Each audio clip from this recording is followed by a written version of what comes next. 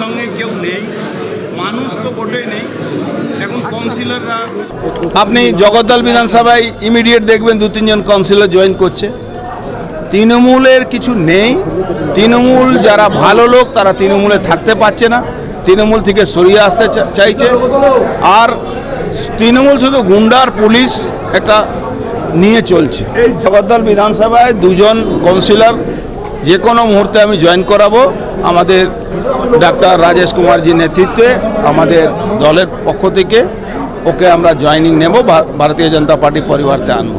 আজকে মিনিময় কাশ্যপী আর আমাদের শ্রাবণী কাশ্যপী কাউন্সিলর আছে, আর তারপর অনেকে আছে তার সঙ্গে ওরা সবাই মিলে আজকে ভারতীয় জনতা পার্টি বাংলায় থাকবে না। আমাদের এখানে তো ছেড়ে দিন 80-20 লড়াই আছে, এবার ব্যারাকপুরে 80-20 লড়াই।